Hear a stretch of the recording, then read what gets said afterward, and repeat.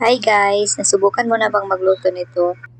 Kung wala pa, sundan mo lang yung mga procedure na ginagawa ko. Una, naglagay ako ng 1/2 cup na melted butter at isang itlog. At 1/2 cup na brown sugar at 1/2 cup na white sugar. Depende lang sa tamis na gusto nyo. Tapos, 1 teaspoon na vanilla at paghalo-haloin. Ako pala guys, hindi ko masyadong dinabihan yung sugar kasi ayaw kong masyadong matamis. Kaya 1/4 cup na white sugar lang yung nilagay ko. At pagkatapos mong paghalo-haloin, pag ganito na siya ang texture, nag-prepare na ako sa dry ingredients. Naglagay ako ng 1 and 1/2 cup na all-purpose flour at 1 teaspoon na baking powder at 1 teaspoon na baking soda at 1 kunting asin lang pampa-enhance sa tamis. At pagkatapos ay salain na natin para hindi masali yung mga bubuo na mga flour sa ating mixture.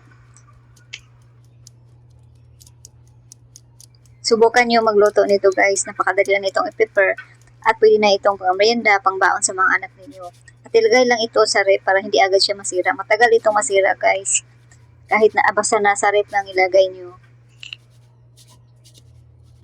At pagkatapos mailagay ang dry ingredients, ay paghalo-haloin maigi.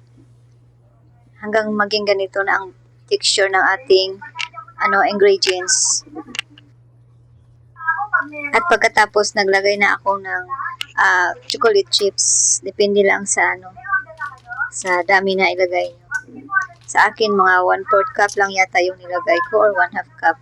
Basta ganun na yun. At pagkatapos natin paghalo-haloin yung mga mixture at saka yung chocolate chips, ilagay mo natin sa ref ng 2 hours para maging matigas. At pagkatapos ko na nailagay sa ref, ito na siya, matigas na siya. At kuha lang tayo ng isang kutsara at saka gamitan natin sa malinis na kamay, bilogin natin, i-flat natin at saka bilog. Gawin natin bilog siya.